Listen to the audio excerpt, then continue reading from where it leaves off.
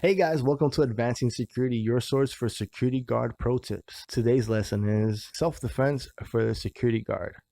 Before we get started, just a quick reminder, please press like, leave a comment down below, sharing your thoughts and feelings or just saying thank you, and press subscribe with the notification button so you can get my videos as they come out. Before you take those tactical firearm classes, martial art classes, the Krav Magas and the judo and the MMA stuff, before you do all that, learn the passive skills I'm going to talk to you about today and master them. Some of us do this thing naturally, some of us do not, and we're very unaware of the threats of our jobs. Some posts require you to be hands-on and some do not. Regardless of the post, these following skills are gonna save you a lot of headache that you didn't even know that existed or that was coming at you. Number one, learn to look alert. Like straight up. A lot of times I've seen people come like with this I'm high, but I'm not high kind of, stare at people and they kind of look to the ceiling and they count the cracks on the wall. It's like you look alert doing that at all, guys, at all. Counting the tiles, counting, okay, there's 5 tiles in this line here, there's 7 there. If I multiply that, that'll be this. And I'm like, yo, dude, what are you doing? So look alert, look into people's eyes for a split second glance, move your head around. But if you're just dozing off, looking up and looking to the ground, you're not being a guard at that moment. You're not guarding anything. Next, learn how to smile. Smiling allows you to get out of a lot of problems, and it is just good overall. It makes you look non-threatening. Even during a hectic conversation, people are arguing, they're screaming at you, but if you smile, hey, I'm here to help you, relax. It's different from, can you just relax? Like, that's the difference right there. Keeping your back straight. I understand some of us have issues, with our backs, and I get that. Scoliosis and, back injuries, and that advice is not for you. This advice is for those of you that are slouching over for no reason other than, unfortunately, you have a low self-esteem. This alone is like a magical spell that wards off a lot of craziness. So keep your back straight. Learn about tightening up your shoulder blades, tightening up your glutes so that you can, relax your body a little bit, but still keep your back straight. Next, learn to project your voice. Projecting your voice is not the same thing as screaming. Screaming will tear up your vocal cords. And when you learn to project your voice, you also have to combine that with giving simple commands like, put the item back, please. That's different from can you please put back the item if you're not gonna buy it? One sounds like an intern who's never had a job before, right? And they're unsure of themselves or what they saw, what they think that you might be doing. The other one is, I'm aware of what you're doing. I know who you are. You are a shoplifter. If you don't follow these instructions, there can be possible consequences if you try to steal this or that.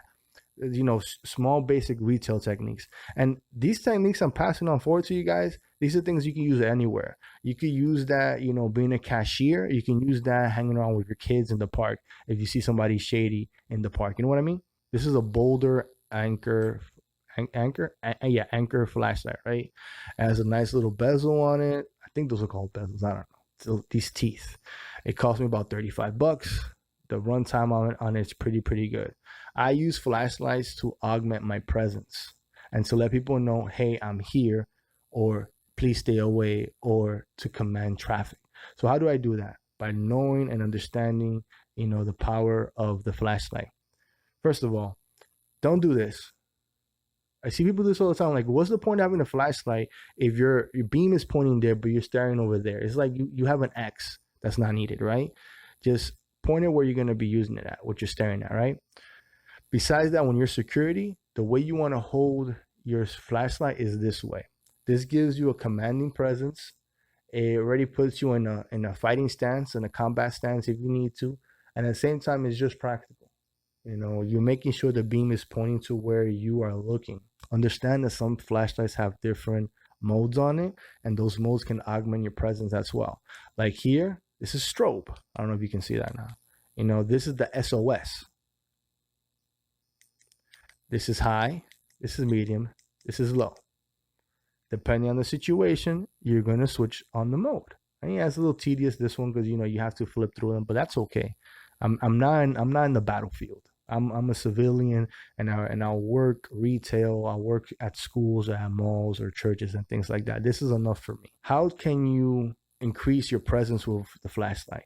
Besides using it this way, you're letting people know you know how to use a flashlight. You know what you're doing. You can use this to guide traffic and guide people. Like, I come this way, stop.